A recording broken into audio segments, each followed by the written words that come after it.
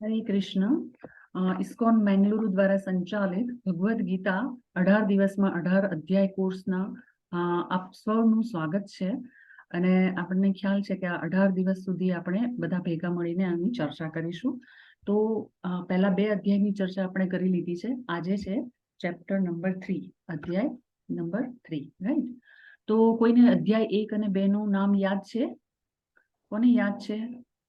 અધ્યાય 1 નું નામ શું હતું? ચેપ્ટર નંબર 1 નું નામ શું હતું? ચેપ્ટર નંબર 2 નું નામ શું હતું? કોઈને યાદ હોય તો હેન્ડ રેઝ કરો.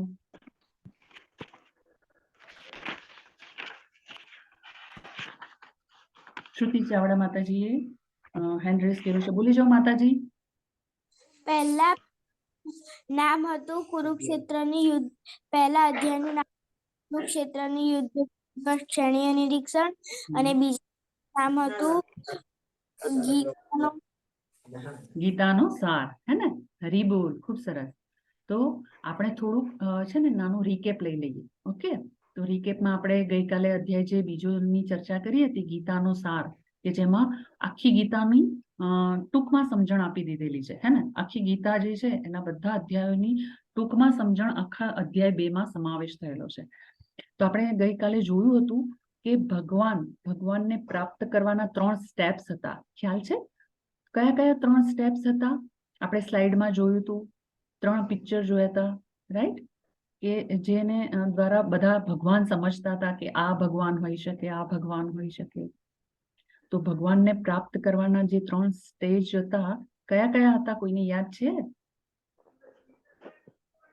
જેને યાદ હોય હેન્ડ રેઝ કરો. ઓકે, રીધા માતાજીનો હેન્ડ રેઝ છે. રીધા માતાજી, જય શ્રી કૃષ્ણ. જય શ્રી કૃષ્ણ. પહેલા એનું છે બ્રહ્મા, સેકન્ડ નું છે પરમાત્મા, અને થર્ડ છે લોર્ડ ભગવાન કૃષ્ણ. હરી બોલ, ખૂબ સરસ. ગુડ. તો પહેલું હતું બ્રહ્મ. બ્રહ્મ એટલે ઓનલી પ્રકાશ, જ્યોતિ, હે ને? ઘણા લોકો ખાલી પ્રકાશને જ ભગવાન માને, એની પૂજા કરે, એમાં ધ્યાન કરે, મેડિટેશન કરે અને પ્રકાશ જોવાનો પ્રયત્ન કરે અને એમ સમજે કે આ જ ભગવાન છે. પછી બીજું છે પરમાત્મા. તો પરમાત્મા કેવું હતું? ચતુર્ભુજ સ્વરૂપ હતું કે જે આપણા બધાના હૃદયમાં વાસ કરે છે, જેમના 4 હાથ હોય છે, ચતુર્ભુજ કહેવાય છે, જેમના હાથમાં શંખ, ચક્ર, ગદા, પદ્મ, હે ને? આ 4 વસ્તુઓ હોય છે. અને ત્રીજું છે ભગવાન શ્રી કૃષ્ણ, પૂર્ણ પુરુષોત્તમ પરમેશ્વર ભગવાન શ્રી કૃષ્ણ, કે જે શ્યામ સુંદર મુરલી મનોહર સ્વરૂપ હોય છે ભગવાન શ્રી કૃષ્ણ. તો આ 3 સ્ટેજ છે, હે ને, ભગવાનને પ્રાપ્ત કરવાના. ઓકે, હવે આપણે જોયું હતું કે ભગવાનના 6 ષડ ઐશ્વર્ય, કે જેના દ્વારા ખ્યાલ આવે કે હા આ જ ભગવાન છે. કોઈ બીજું એવો દાવો ના કરી શકે કે હું પણ ભગવાન છું, એવું ના કહી શકે. તો એવા કયા 6 ઐશ્વર્યો હતા? કયા 6 ગુણો હતા કે જેનાથી સમજી શકાય કે આ જ છે ભગવાન, બીજા કોઈને ભગવાન ના કહી શકાય? આપણે એ પણ જોયું હતું, હે ને? શ્રુતિ માતાજીનો હેન્ડ રેઝ છે. બોલી જાઓ શ્રુતિ માતાજી. સુંદરતા, શ્રીમત, ખ્યાત, શક્તિ, જ્ઞાન અને ત્યાગ. હરી બોલ, ખૂબ સરસ. તમને તો બધા 6 ઐશ્વર્ય યાદ છે. વાવ. ઓકે, તો એ પણ જોયું હતું, રાઈટ? પછી બીજું એક જોયું હતું, આપણે કોણ છીએ? કાલે આપણે જોયું હતું ને, આપણે કોણ છીએ? કોઈ તમને પૂછે તમે કોણ છો, આપણે શું કહી દે? આપણું આ શરીર છીએ, એવું કહેતા હતા ને? અત્યાર સુધી એવી હતી. પણ આપણે કોણ છીએ? યસ શ્રુતિ માતાજી, તમારો હેન્ડ રેઝ છે, બોલી જાઓ. તમારું માઇક મ્યુટ છે, અનમ્યુટ કરીને બોલો.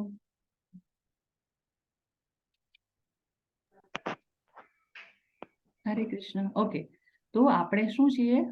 ઓકે, પંડ્યા દેવક્ષી. ઓકે દેવક્ષી, તમારો હેન્ડ રેઝ છે બેટા. મેમ, તમારો અવાજ ધીમો આવે છે. મારો અવાજ ધીમો આવે છે? એક મિનિટ. બધાને સંભળાય છે કે બધાને અવાજ મારો ધીમો આવે છે? ધીમો આવે છે. ઓકે, એક મિનિટ. હા, હું હેન્ડ સ્પ્રે લગાવી દઉં. વેઇટ.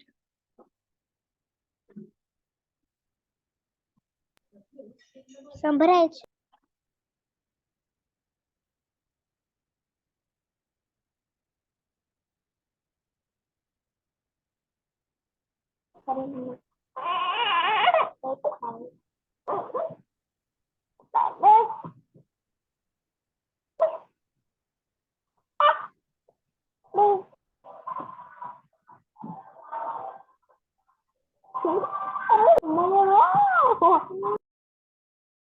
ગુરુ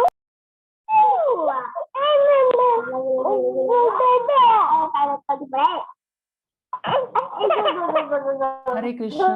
હવે જુઓ તો હવે અવાજ બરાબર આવે છે મારો? ઓકે, ઠીક છે. બધા તમારું માઇક મ્યુટ રાખજો, સાઈડમાં કંઈક અવાજ આવે છે. ઓકે, તો આજનું ચેપ્ટરનું નામ છે કર્મયોગ, એટલે કે કર્મ. તમને બધાને ખ્યાલ હશે ને, કર્મ એટલે આપણે જે કામ કરીએ એ. કયા કેવા કેવા કર્મો હોય?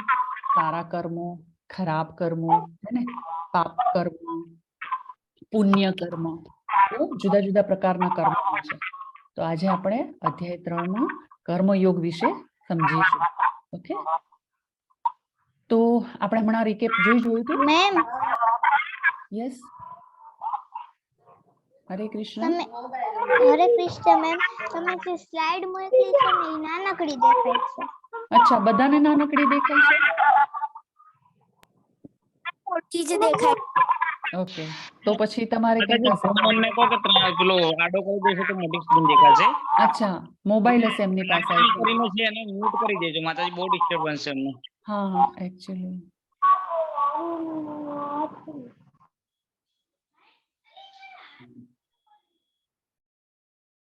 હરે કૃષ્ણ. ઓકે, ઠીક છે. તો આપણે ભગવાનની અનુભૂતિના જે 3 તબક્કા વિશે હમણાં આપણે રિકેપ કર્યું હતું ને, કે પહેલું હતું બ્રહ્મ, એટલે કે ઓનલી પ્રકાશ, જ્યોતિ. ઘણા લોકો ભગવાન કોને માને છે? તો બ્રહ્મ છે એ જ ભગવાન છે, નિરાકાર, કે જેનો કોઈ આકાર નથી, સ્વરૂપ નથી, વિગ્રહ નથી, તો એને ભગવાન માને છે, કે જે બ્રહ્મ કહેવાય છે. પછી નેક્સ્ટ છે પરમાત્મા, ચતુર્ભુજ, હે ને, શંખ ચક્ર ગદા પદ્મધારી. તો એ પરમાત્મા છે અને એ છે આપણા હૃદયમાં વસે છે. અને થર્ડ સ્વરૂપ છે જે ભગવાનનું છે, શ્યામ સુંદર મુરલી મનોહર 2 હેન્ડેડ સ્વરૂપ, એટલે કે દ્વિભુજધારી. તો એ ભગવાન છે, જે ભગવાન શ્રી કૃષ્ણ છે, પૂર્ણ પુરુષોત્તમ પરમેશ્વર. તો આપણે આ રિકેપ હમણાં જોઈ ગયા હતા, હે ને, આ 3 કે ભગવાનને સમજવાના 3 તબક્કા. પછી શ્રુતિ માતાજી હમણાં બધા જ 6 શ્રેષ્ઠતા ભગવાન શ્રી કૃષ્ણ અથવા તો કૃષ્ણ ભગવાનની જે 6 શ્રેષ્ઠતા હતા, એ 6 ગુણ બોલી ગયા હતા.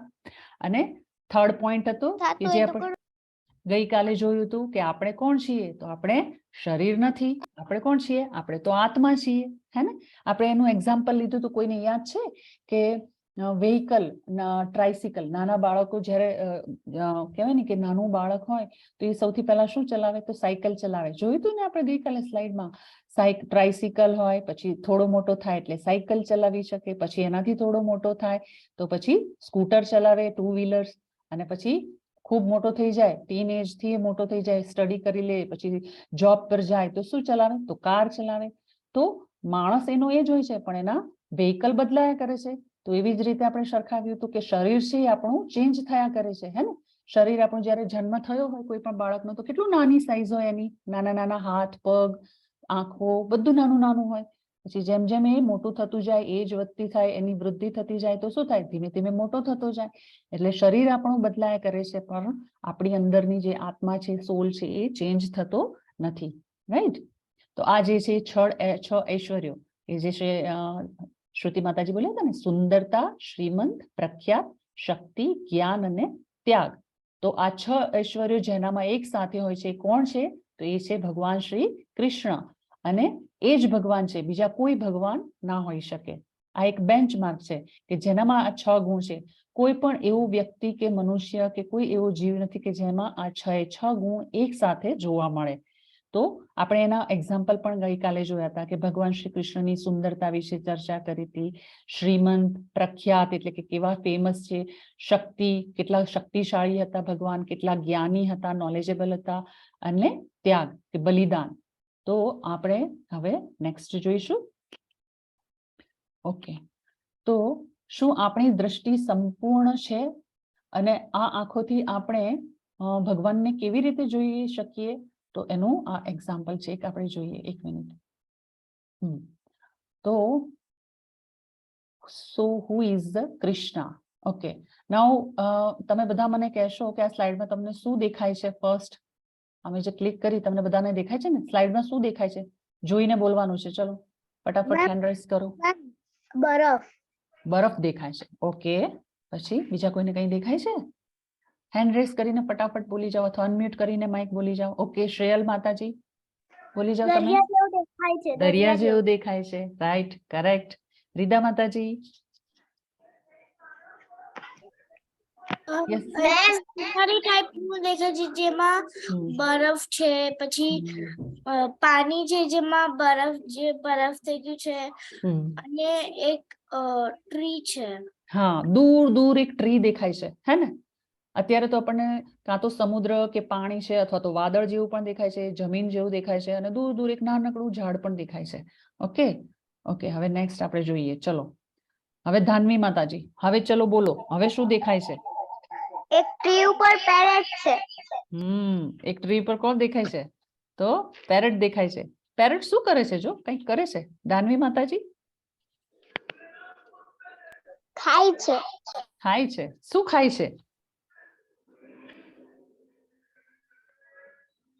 કંઈક ફ્રૂટ ખાય છે, હે ને?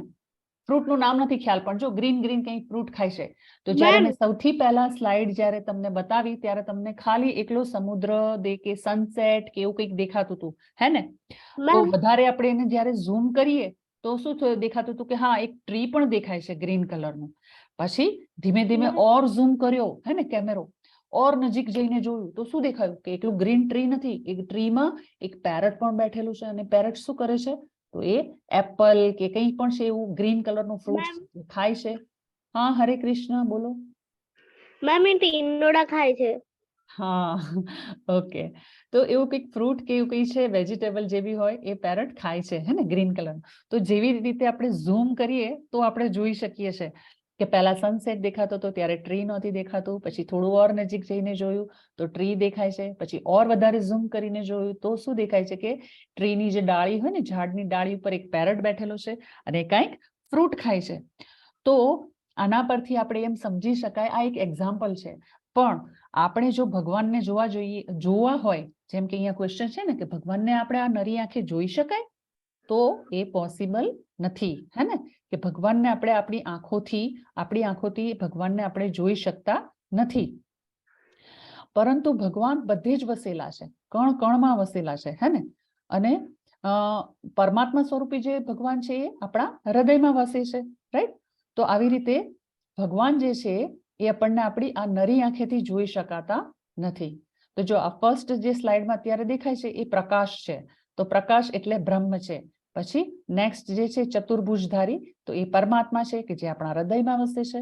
અને પછી થર્ડ, તો ધીમે ધીમે જ્યારે આપણે જેમ જેમ ભક્તિ કરતા જઈએ, આગળ વધતા જઈએ, ત્યાર પછી આપણને શું દેખાય કે હા, ભગવાન તો શ્રી કૃષ્ણ છે, એ નિરાકાર કે કહેવાય ને કે બ્રહ્મ નથી, ઓનલી જ્યોતિ નથી, પ્રકાશ નથી, એ તો દ્વિભુજધારી શ્યામ સુંદર મુરલી મનોહર સ્વરૂપ છે ભગવાનનું. તો જેમ જેમ આપણે ભગવાનની ભક્તિ કરતા જઈએ, હે ને, ભગવાનને સાચા હૃદયથી એમને યાદ કરીએ, એમને પ્રેમ કરીએ, તો આપણને ભગવાનનું સ્વરૂપ ચોક્કસ દેખાય. તો ભગવાન શ્રી કૃષ્ણ જ છે જે ભગવાન છે. ઓકે, તો આપણી આ જે ભૌતિક આંખો છે, ભૌતિક ચક્ષુથી આપણી લિમિટેશન હોય છે, લિમિટ હોય છે કે આપણે આ આંખોથી બધી વસ્તુ જોઈ શકતા નથી. એ આપણે એક નેક્સ્ટ એક્ઝામ્પલ જો આમાં જોયું તો આ સ્લાઇડમાં તમને એક એપલ દેખાય છે અને સામે શું છે? તો સામે એક મિરર છે. તો જ્યારે આપણે સામે મૂકેલું હોય એપલ ટેબલ પર અને આપણી સાઈડ જો તમને દેખાય છે કે એપલ કોકે અડધું ખાધેલું છે, અને એની બીજી સાઈડ છે એ આપણે જોઈ નથી શકતા, પણ જો સામે મિરર મૂકેલો હોય તો જોઈ શકાય કે હા, બીજી સાઈડથી એપલ જો જોઈએ તો કેવું દેખાય છે? આખું એપલ છે, કોઈએ નથી ખાધું. મિરરમાં જોઈએ તો એવું દેખાય, પણ આ બાજુ ટેબલ પર મૂકેલું છે અને આ સાઈડ છે એ આપણને દેખાતી નથી મિરરમાં, હે ને, કે જે અડધું એપલ કોકે ખાધેલું છે. મિરરમાં આખું દેખાય છે. તો એવી જ રીતે આપણી જે ભૌતિક ચક્ષુ છે એની લિમિટેશન હોય છે. તો આપણે એટલે જ એના લીધે જ આપણે ભગવાનને જોઈ શકતા નથી આપણી આ ભૌતિક આંખોથી, હે ને? જેમ કે હમણાં કોરોના ગયો તો કોરોનામાં બધાને ઘણા બધા લોકોને કોરોના થયો હતો. તો એનો વાયરસ જે હતો એ વાયરસ કોઈને દેખાતો હતો? કોઈને વાયરસ એ દેખાતો હતો? નહીં ને, એ વાયરસ કોઈને નહોતો દેખાતો. પણ હા, બધાને ફીવર આવે, કફ, કોલ્ડ થાય, પછી બ્રીથિંગમાં પ્રોબ્લેમ થાય, ધીમે ધીમે સિક થાય, ઓક્સિજનની કમી થાય, અને ઓક્સિજન ઓછો પડે તો પછી એને શું હોસ્પિટલમાં લઈ જવા પડે. તો ખ્યાલ આવે કે હા, આને કોરોના થયો છે. પછી ટેસ્ટ કરાવે ત્યારે ખ્યાલ આવે, પોઝિટિવ રિપોર્ટ આવે તો થાય કે હા, આને કોરોના છે. પણ એનો વાયરસ કોઈને દેખાય છે ખરો? નરી આંખે આપણી આંખેથી જોઈ શકે? જો આપણે એ વાયરસ જ નથી જોઈ શકતા, હે ને? તો ભગવાનને જોવા માટે ભૌતિક આંખો નહીં પરંતુ દિવ્ય ચક્ષુની જરૂર પડે. તો આવી રીતે કહેવાય ને કે આમ આ એનું એક્ઝામ્પલ છે આજે આપણે હમણાં જોયું ને એ. તો હવે આપણે નેક્સ્ટ શ્લોક જોઈશું. વેઇટ, ચેન્જ થઈ જશે. એક મિનિટ. ઓકે, તો ચેપ્ટર નંબર 3 નો ફર્સ્ટ શ્લોક છે. અર્જુન ઉવાચ જ્યાયસી ચેત કર્મણસ્તે મતા બુદ્ધિર્જનાર્દન તત્કિમ કર્મણિ ઘોરે માં નિયોજયસી કેશવ. એટલે કે અર્જુન કહે છે કે હે જનાર્દન, હે કેશવ, જો તમે બુદ્ધિને સકામ કર્મ કરતા શ્રેષ્ઠ માનતા હો તો પછી તમે મને આ ઘોર યુદ્ધ કરવા શા માટે પ્રેરી રહ્યા છો? એટલે આમાં શું છે? અર્જુનજીની મૂંઝવણ છે, હે ને? અને અર્જુનજી ક્વેશ્ચન પૂછે છે ભગવાન શ્રી કૃષ્ણને. અને શું પૂછે છે કે જો તમે એવું કહે છે કે બુદ્ધિ તમે બુદ્ધિને જો સકામ કરતા શ્રેષ્ઠ માનતા હોય, એટલે કે બુદ્ધિ છે એ શ્રેષ્ઠ છે કર્મ કરતા, તો પછી તમે મને આ યુદ્ધ કરવા માટે શા માટે કહો છો? અને આમાં જો ભગવાન છે ને, અર્જુન કહે છે ભગવાનને કે હે જનાર્દન, હે ને? હે કેશવ, કેશવ પણ કહે છે. તો કેશવ એટલે કહે છે કે ભગવાન શ્રી કૃષ્ણએ કેશી નંદન રાક્ષસનો વધ કર્યો હતો, એટલા માટે એમને કેશવ પણ કહે છે. અને અર્જુનને મૂંઝવણ થાય છે એટલે પૂછે છે કે મારે શું કરવું જોઈએ? કર્મ કરવું જોઈએ બુદ્ધિનો ઉપયોગ કરીને કે પછી મારે આ યુદ્ધ ન કરવું જોઈએ? તમે મને સાચી સલાહ આપો, હે ને? તો આ રીતે જો અર્જુનની મૂંઝવણ છે કે હું કર્મ છોડી દઉં એટલે ત્યાગ કરું, અથવા તો ક્રિયા એટલે કે હું કર્મ કરું. આ ક્વેશ્ચન છે ભગવાન શ્રી કૃષ્ણનો. નાઉ નેક્સ્ટ શ્લોક છે. વ્યામી શ્રેણેવ વાક્યેન બુદ્ધિમ મોહયસીવ મે તદેકમ વદ નિશ્ચિત્ય યેન શ્રેયોહમાપ્નુયામ. એટલે કે આપના દ્વિઅર્થી ઉપદેશોથી મારી મતિ મૂંઝવાઈ ગઈ છે. મને કૃપા કરીને નિશ્ચયપૂર્વક જણાવો કે આમાંથી મારા માટે સૌથી હિતાવહ શું છે? એટલે અર્જુનજીની મૂંઝવણ હજુ પણ ચાલુ રહી છે. એકચ્યુઅલી આપણે જ્યારે અધ્યાય 2 ની ચર્ચા કરી ને ગઈકાલે, શું હતું નામ એનું? ગીતાનો સારાંશ અથવા તો ગીતાનો સાર, હે ને? તો એમાં જ આખી ગીતા આવી ગઈ છે ઓલરેડી. અર્જુનજીને યુદ્ધ નહોતું કરવું એના 5 કારણો હતા, એના બધા જવાબો પણ આવી ગયા છે, જેની ચર્ચા થઈ ગઈ અધ્યાય 2 માં. છતાં પણ હજુ પણ અર્જુનજીને મૂંઝવણ છે, અને મૂંઝાય છે તો ભગવાન શ્રી કૃષ્ણને પ્રશ્ન પૂછે છે કે તમારા દ્વિઅર્થી ઉપદેશોથી હું મૂંઝવાઈ ગયો છું અને નિર્ણય નથી કરી શકતા કે મારે શું કરવું. તો મારા માટે શ્રેષ્ઠ શું છે, હે ને? સૌથી શ્રેષ્ઠ, હિતાવહ એટલે શ્રેષ્ઠ. શ્રેયનો મીનિંગ છે કે જે આપણા માટે સારું હોય. ગઈકાલે મેં એક્ઝામ્પલ આપ્યું હતું ને તમને કે તમને લોકોને ગમે એવું વિન્ટર કે ઠંડી હોય તો શું થાય? તમને તો પણ આઈસ્ક્રીમ કે ચોકલેટ ખાવાનું મન થાય, પણ જ્યારે તમે મમ્મી પપ્પાને કહો કે મારે આઈસ્ક્રીમ ખાવી છે કે ચોકલેટ ખાવી છે તો એ તમને નથી આપતા, તો તમને નથી ગમતું કે મને આઈસ્ક્રીમ ખાવાનું ખૂબ મન થયું છે પણ મને તો આપતા નથી. તો કેમ નથી આપતા મમ્મી પપ્પા? તો ખ્યાલ છે ને કે એવું લાંબુ વિચારે છે, તમારા માટે જે શ્રેષ્ઠ છે એ વિચારે છે કે જો હું એને આઈસ્ક્રીમ કે ચોકલેટ આપીશ તો એ બીમાર પડશે ને એને દવાઓ ખાવી પડશે, એટલા માટે નથી આપતા. એવી જ રીતે ભગવાન શ્રી કૃષ્ણ છે એ અર્જુનને એટલે અર્જુનજી એવું કહે છે કે મારા માટે જે શ્રેષ્ઠ હોય તે મને હિતાવહ એટલે કે મહેરબાની કરીને મને કહો.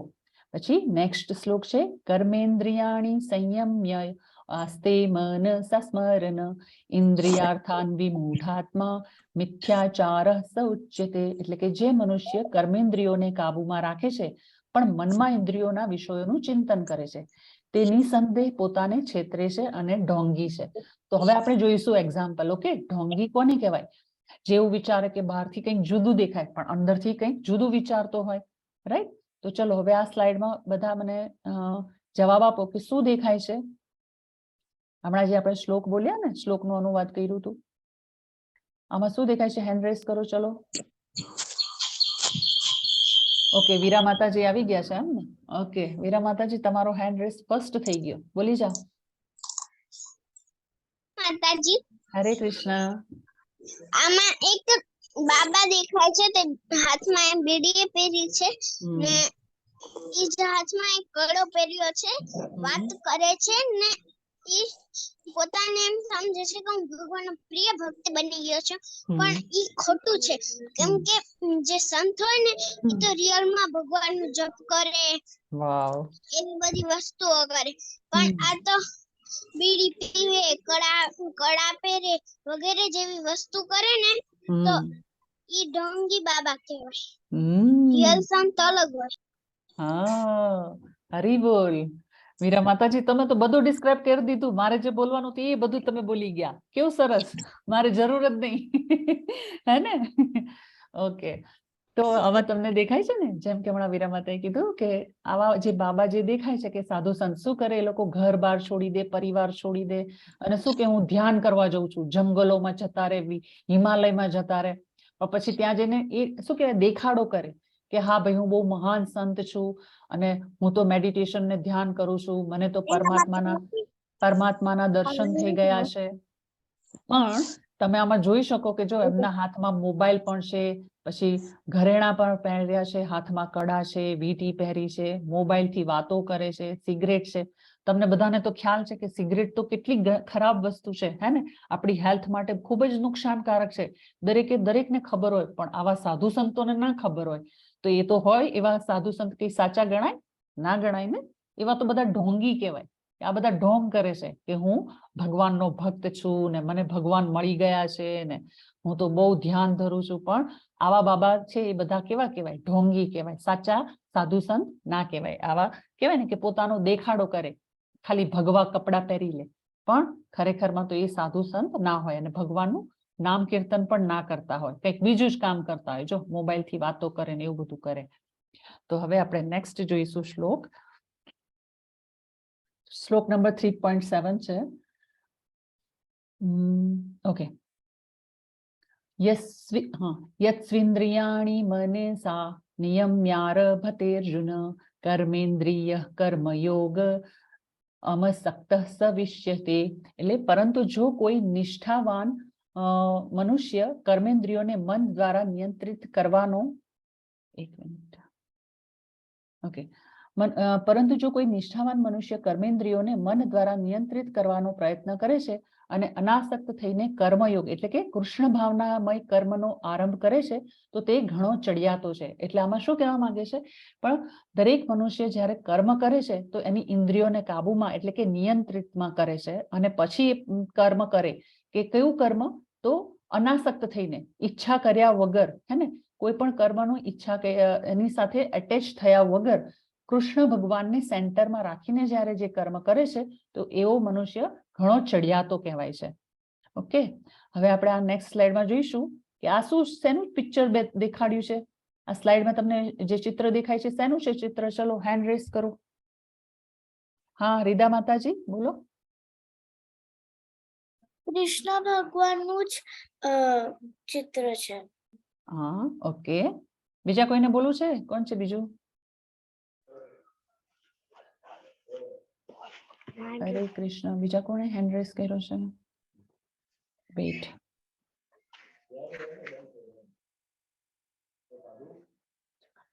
મેમ, જગન્નાથ ભગવાન. યસ. કોણ બોલ્યું? મારાથી અત્યારે સ્લાઇડમાં જોવાતું નથી તમારો ફોટો. કોણ બોલ્યું? નામ બોલી જાવ. ચલો. મેમ, મંડ્યા દેવાક્ષી. ઓકે. તો જગન્નાથપુરીમાં જગન્નાથ યાત્રા જ્યારે નીકળતી હોય છે ને, આ એનો ફોટો છે, હે ને? અને આ જગન્નાથપુરમાં છે ને દર વર્ષે જ્યારે પુરીમાં રથયાત્રા નીકળે ને ત્યારે જગન્નાથજી જે છે એની યાત્રા નીકળે છે. અને ત્યારે શું હોય છે કે જે સિટીના જે રાજા હોય ને એ રથયાત્રા નીકળતી હોય ને ત્યારે પુરીના રાજા, આમાં બતાવ્યું છે કે પુરીના રાજા જે હોય એ શું કરે? જ્યારે રથયાત્રા નીકળે ને ત્યારે એની આગળ કચરો વાળતા જાય. જો સાવરણી એમના હાથમાં છે ને ઝાડુ છે. અષાઢી બીજના દિવસે આ પુરીમાં રથયાત્રા નીકળતી હોય છે અને આ રીતે રથયાત્રા જ્યારે નીકળે ત્યારે જે પુરીના રાજા હોય છે એ શું કરે છે?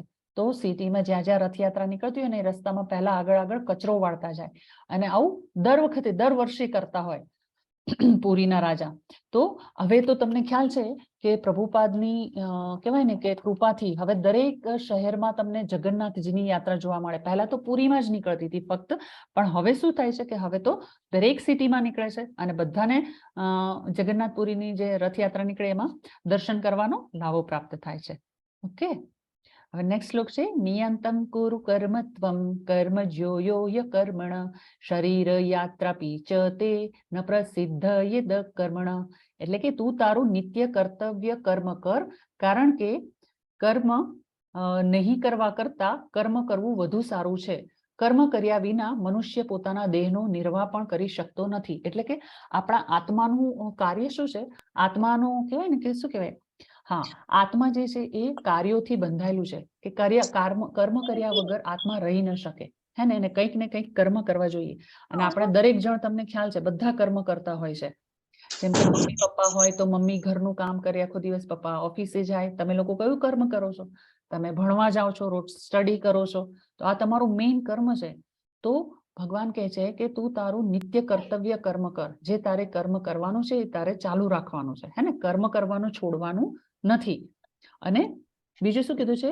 કામ કર્યા વિના મનુષ્ય પોતાના દેહનો નિર્વાહ કરી શકતો નથી. એટલે ઘર જો ચલાવવું હોય તો શું કરવું પડે? પપ્પાને ઓફિસે કે જોબ પર જવું પડે ને, બિઝનેસ કરવો પડે ને, તો જ પૈસા આવે ઘરમાં, અને તો જ ઘર ચાલે, તો જ આપણે ખાઈ પી શકીએ, જમી શકીએ. તો દેહનો નિર્વાહ એટલે કે શરીરનો નિર્વાહ કરવા માટે કર્મ તો કરવું જ જોઈએ. પછી છે નેક્સ્ટ, યજ્ઞાર્થાત કર્મણોન્યત્ર લોકોયમ કર્મ બંધન તદર્થમ કર્મ કૌંતેય મુક્ત સંગ સમાચર. એટલે કે વિષ્ણુ પ્રીત્યર્થે યજ્ઞ તરીકે કર્મ કરવું જોઈએ. અન્યથા આ ભૌતિક જગતમાં કર્મના બંધન ઉત્પન્ન થાય છે. માટે હે કૌંતેય, તું તેમની પ્રસન્નતા અર્થે નિયમિત કર્મ કર. એ રીતે તું સદા અનાસક્ત અને બંધનમાંથી મુક્ત રહીશ. એટલે આમાં ભગવાન શ્રી કૃષ્ણ ફરીથી શું કહે છે અર્જુનને? કે તારે તારું નિત્ય કર્મ કરવાનું છે. અને એ કર્મ કેવું હોવું જોઈએ? વિષ્ણુ પ્રીત્યર્થે, એટલે કે ભગવાનને જે ગમતું હોય એવું કર્મ કરવું જોઈએ. અને તેમની પ્રસન્નતા માટે પણ તમારે કર્મ કરવું જોઈએ. રાઈટ? એટલે ભગવાન એવું કહે છે.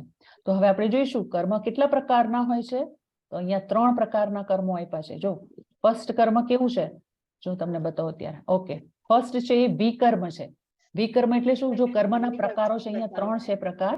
ફર્સ્ટ છે વિકર્મ, એટલે કે ભગવાનના કાયદાઓ તોડવા. વિકર્મ એટલે કેવું? ખરાબ કર્મ, પાપ કર્મ, હે ને, એ બધા કેવા કહેવાય? વિકર્મ કહેવાય. કે જે ભગવાનના કાયદાઓને તોડે. જેમ કે તમને ખબર હોય તો વિકર્મોમાં ફોર એક્ઝામ્પલ કોઈને યાદ આવે છે કેવા કર્મો કહેવાય કે જે વિકર્મ કહેવાય, કે જે ભગવાનના કાયદાઓને તોડે? સારા કર્મ ન કહેવાય, ખરાબ કહેવાય. કોઈને યાદ આવે છે? ઓકે, વીરા માતાજીએ તો હેન્ડ રેઝ કર્યો છે. બીજા કોઈને ચાન્સ જોઈએ છે? બીજા કોઈને આવડે છે? નવા કોઈ પાર્ટિસિપેટ? ઓકે, શ્રેયલ માતાજી. ચોરી. હા, વેરી ગુડ. ચોરી છે એ ભગવાનના કાયદાની વિરુદ્ધ છે અને ખરાબ કર્મ છે, હે ને? તો એ કર્મ ના કરવું જોઈએ, એને વિકર્મ કહેવાય. Very good. પછી બીજું? ઓકે, વીરા માતાજી બોલી જાઓ.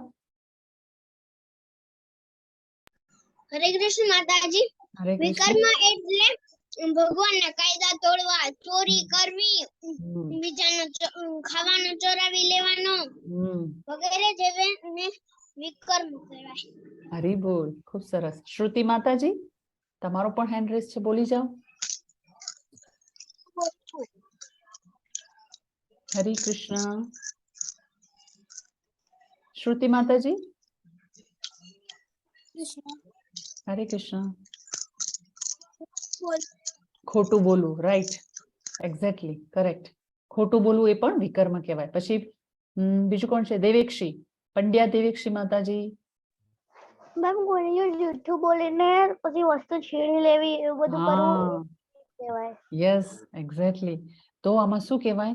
કે જે કહેવાય ને ખોટા કર્મો, ચોરી કરવી છે, કોઈનું મારી નાખવું, કોઈને મારવું, પછી કોઈની પાસેથી ઝૂંટવી લેવું. એટલે આમાં કહેવાય ને કે પછી હા, કોઈને મારવું એટલે કે કોઈ જેમ કે નોનવેજ હોય તો નોનવેજ ખાતા હોય તો એ શું કરે છે? કોઈ પ્રાણીની હત્યા કરી દે, હે ને, એને મારી નાખે ને પછી ખાય. તો નોનવેજ ખાતા હોય એ કેવા કહેવાય? એ બધા વિકર્મ કહેવાય. પછી જેને ક્રોધ આવે, ગુસ્સો આવે, એ પણ કેવું કહેવાય? એને પણ વિકર્મ કહેવાય. ખબર છે?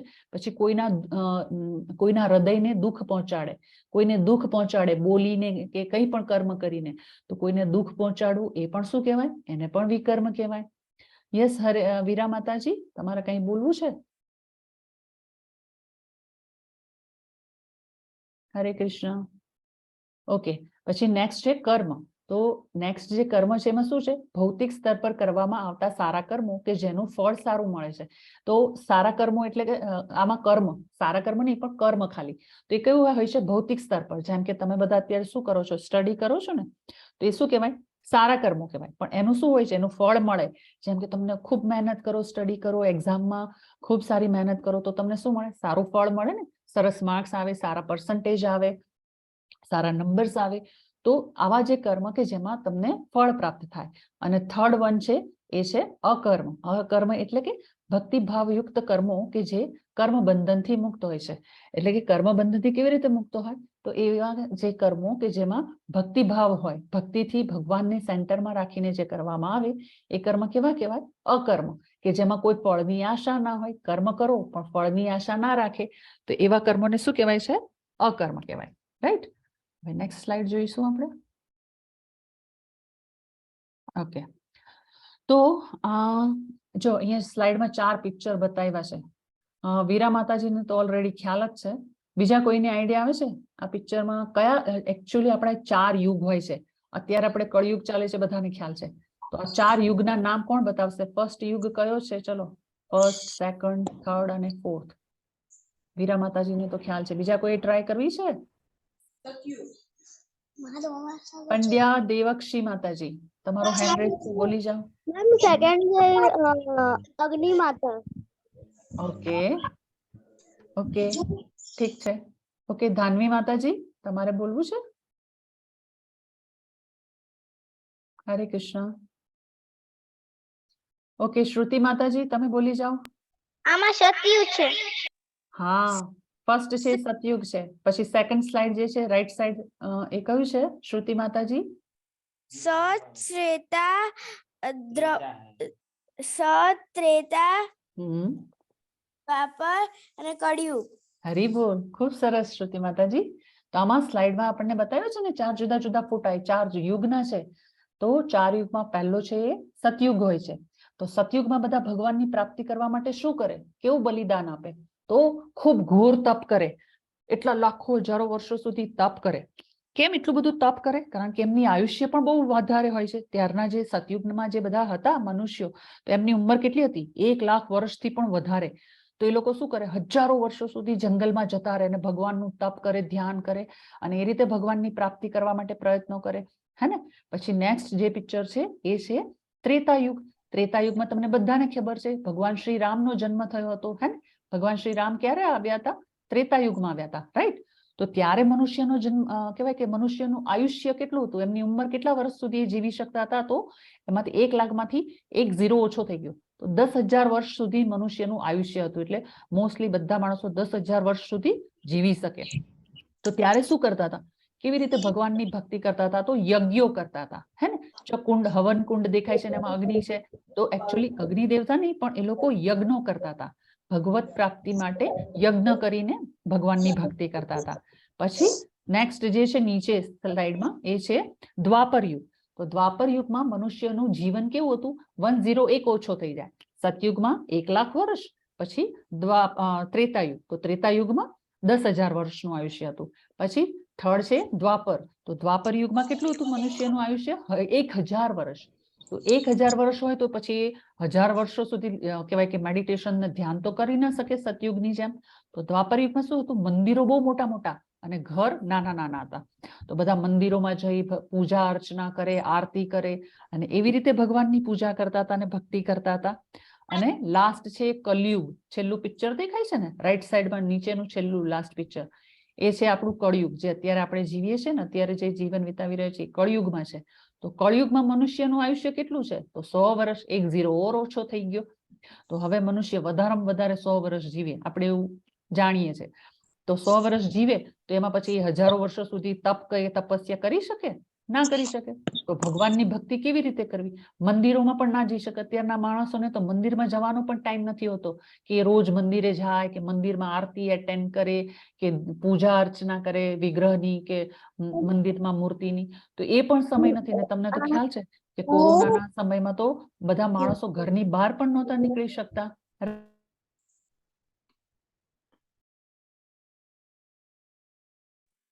મેડમ અવાજ નથી આવતો. મેડમ તમે મ્યુટ થઈ ગયા.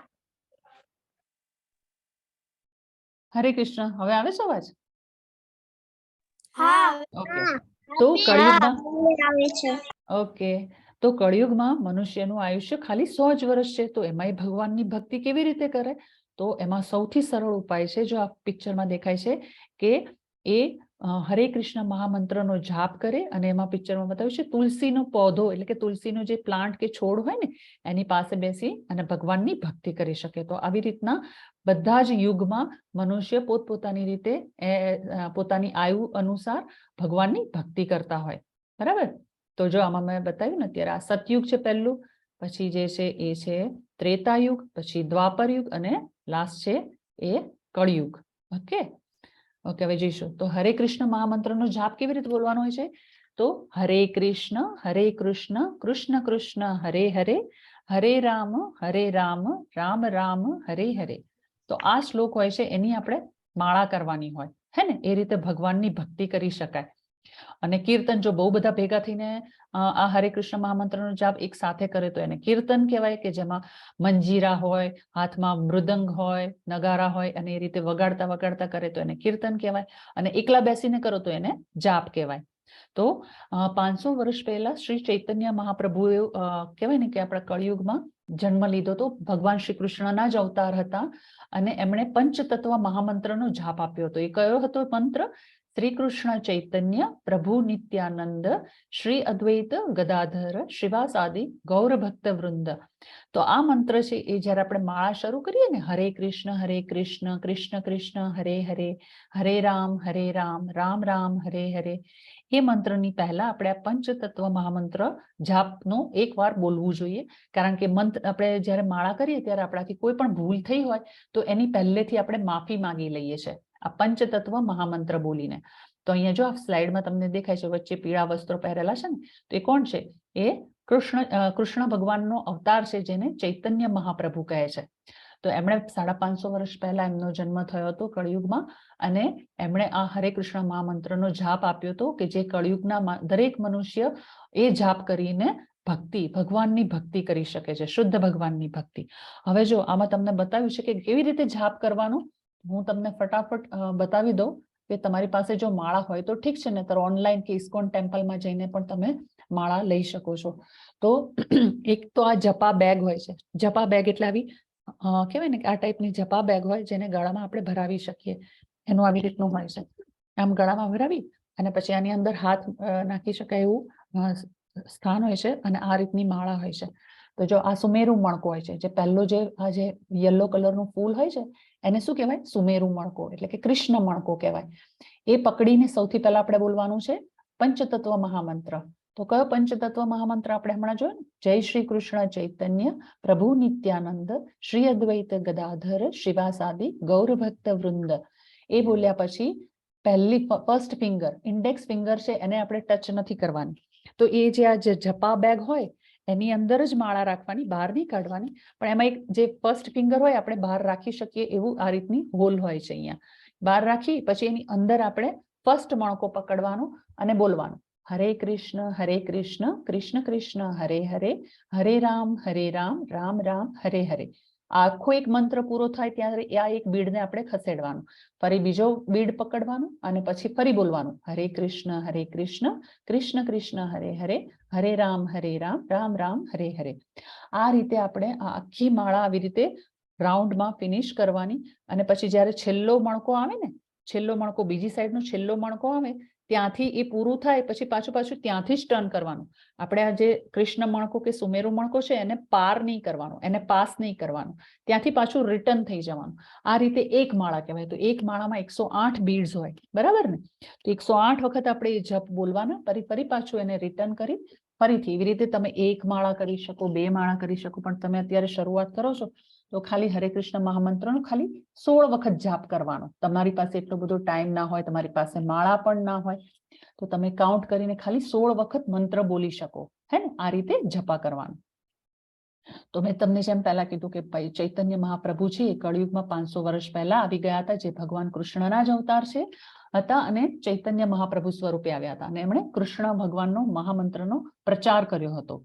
તો એ જે કૃષ્ણ છે, કૃષ્ણ જાપ, કૃષ્ણ મહામંત્રનો જાપ છે ઘર ઘરમાં બધા જ બોલી શકે, બધા ભેગા થઈને કીર્તન કરી શકે, શેરીઓમાં બોલી શકે. જેમ કે તમને સ્લાઇડમાં દેખાય છે કે બધા જ કહેવાય ને કે ભક્તો ધોતી કુર્તા પહેરી, હાથમાં મૃદંગ, મંજીરા, ઢોલક બધું લઈ મોટેથી ગાય અને આ રીતે કૃષ્ણનું કીર્તન કરે છે, મંત્રનું.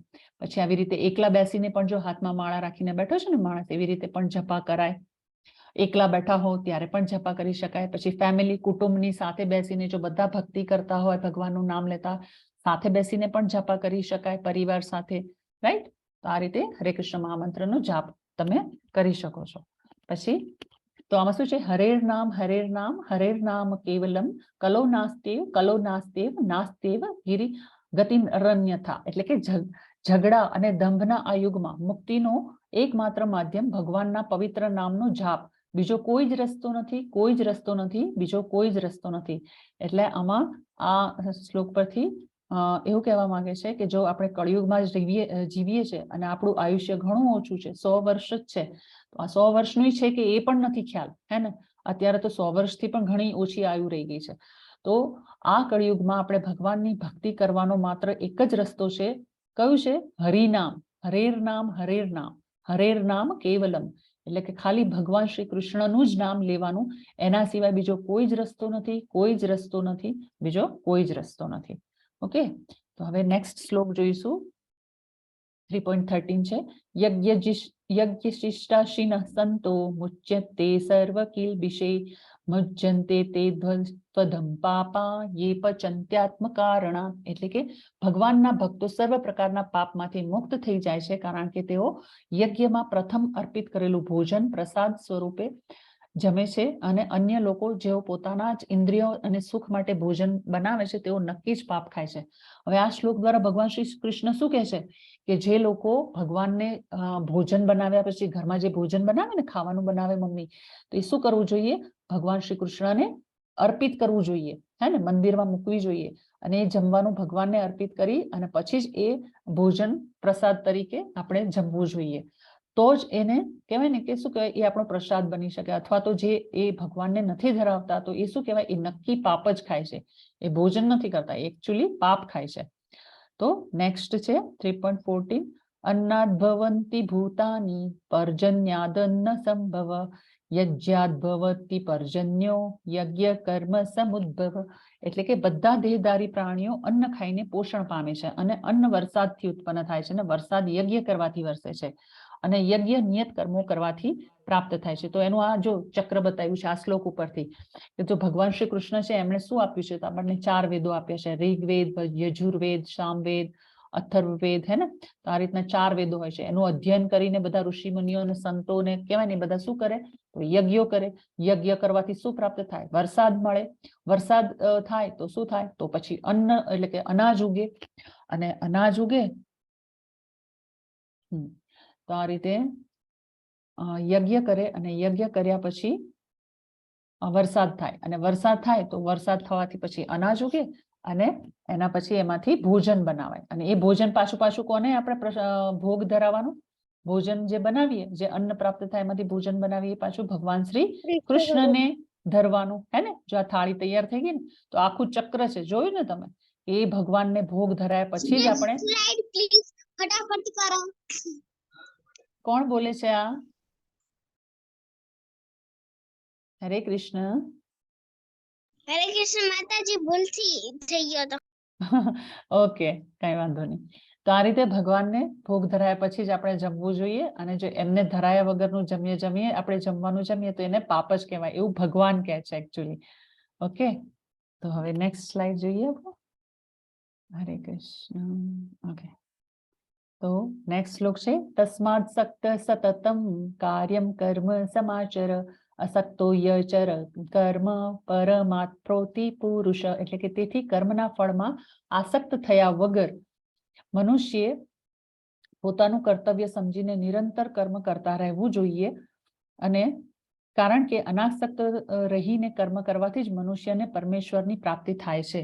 એટલે ભગવાન એવું કહે છે કે દરેક મનુષ્ય કર્મ કરવું જોઈએ, પરંતુ તેની સાથે આસક્તિ, એની સાથે લગાવ ન લગાવવો જોઈએ, ખૂબ જ કહેવાય ને એટેચમેન્ટ ના હોવું જોઈએ, પણ પોતાનું કર્તવ્ય સમજીને કર્મ કરવું જોઈએ. કારણ કે જો અનાસક્ત રહીને કર્મ કરે ને, તો શું થાય? તો તેને પરમેશ્વરની, ભગવાન શ્રી કૃષ્ણની પ્રાપ્તિ થાય છે, રાઈટ.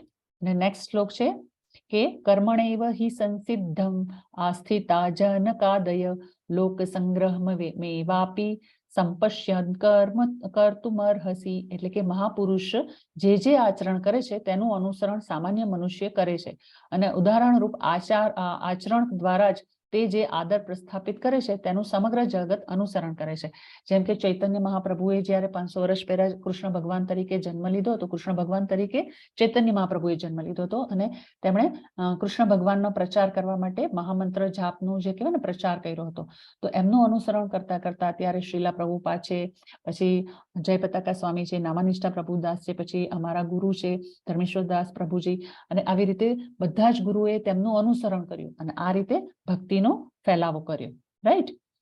હવે નેક્સ્ટ જોઈશું આપણે પ્રકૃતે ક્રિયમણાની ગણે કર્માણિ સર્વશમ અહંકાર વિમૂઢાત્મા કર્તાહમિતિ સ્મન્યત, એટલે કે જીવ મિથ્યા અહંકારના પ્રભાવથી મોહગ્રસ્ત થઈને પોતાની જાતને સમગ્ર કાર્યોનો કર્તા માની લે છે, પણ હકીકતમાં ભૌતિક પ્રકૃતિના 3 ગુણો દ્વારા તે થતા હોય છે.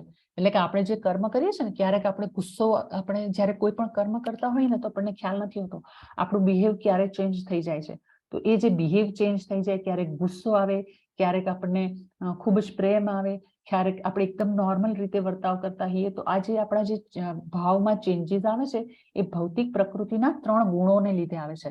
તો એના વિશે આપણે આગળના અધ્યાયમાં આપણે ચર્ચા કરીશું. જો આ ભૌતિક પ્રકૃતિના 3 ગુણો છે કે જેમાં તમને સ્લાઇડમાં દેખાય છે કે 3 જે કે કહેવાય ને કે માતાજી છે એ કઠપુતલીની જેમ નીચે માણસોને કહેવાય ને પોતાની દોરીથી નચાવે છે, એવી રીતે આપણે આ માયાની પ્રકૃતિથી 3 પ્રકારની જે માયા છે એના દ્વારા આપણે નાચીએ છીએ. ઓકે વીરા માતાજી, તમારે કંઈ એડ કરવું છે? તમારો હેન્ડ રેઝ છે. તમારો અવાજ નથી ક્લિયર આવતો. માતાજીઓ કોણ છે? હરે કૃષ્ણ, તમારો અવાજ છે ને કટ થાય છે માતાજી. આજે તમારો અવાજ બરાબર આવતો જ નથી. આની ચર્ચા આપણે છે ને આ ભૌતિક પ્રકૃતિના જે 3 સ્થિતિઓ છે જે છે ને કામ, ક્રોધ, મોહ, લોભ, માયા જે છે ને બધી આપણે જે જેનાથી પ્રભાવિત થઈને આપણે દરેક કર્મ કરતા હોઈએ છીએ, એના વિશે આપણે આગળના શ્લોકમાં ચર્ચા કરીશું. ઓકે, તો આ રીતે ભૌતિક પ્રકૃતિની અસરથી આપણે પ્રભાવિત થઈએ છીએ અને આપણે બધા કર્મો કરતા હોઈએ છીએ. તો 4 યુગમાં સૂચવેલા ધર્મ શું છે? તો જો આ સ્લાઇડમાં તમને દેખાશે. ઓકે, તો સતયુગ પહેલો આપણે જેમ જોયું હતું ને, સતયુગમાં તો મેડિટેશન કરે છે બધા લોર્ડ વિષ્ણુનું. ભગવાન શ્રી કૃષ્ણને પ્રાપ્ત કરવા માટે કેવી રીતે ભક્તિ કરે? તો મેડિટેશન કરે છે. પછી એવી રીતે આપણે જોયું હતું ત્રેતાયુગ, નેક્સ્ટ સેકન્ડ હોય છે જે ત્રેતાયુગ. તો એમાં ભગવાન શ્રી કૃષ્ણની કહેવાય ને કે પ્રાપ્ત કરવા કેવી રીતે ભક્તિ કરતા હોય છે? તો યજ્ઞો કરતા હોય છે. પછી થર્ડ છે એ દ્વાપર યુગ છે. તો એમાં શું કરે? બધા ટેમ્પલમાં જઈને પૂજા અર્ચના કરે, વર્શિપ કરે, એ રીતે ભગવાનની ભક્તિ કરે. અને આ કલયુગ લાસ્ટ કે જેમાં chanting the Holi name of the supreme lord, એટલે કે ભગવાન શ્રી કૃષ્ણના નામનું જપ કરીને ભક્તિ કરે છે ભગવાન શ્રી કૃષ્ણને પ્રાપ્ત કરવા માટે. તો આ રીતે હવે નેક્સ્ટ શ્લોક આપણે જોઈશું. ઇન્દ્રિયાણી પરાણ્યાહોરી ઇન્દ્રિયેભ્ય પરમ મન મનસસ્તુ પરા બુદ્ધિર બુદ્ધે પરતુસ્તસઃ, એટલે કર્મેન્દ્રિયો જળ પદાર્થ કરતા ચડિયાતી છે, મન ઇન્દ્રિયો કરતા ઉચ્ચતર છે, અને બુદ્ધિ મનથી પણ વધારે ઉચ્ચતર છે, અને તે આત્મા બુદ્ધિથી પણ વધુ શ્રેષ્ઠતર છે.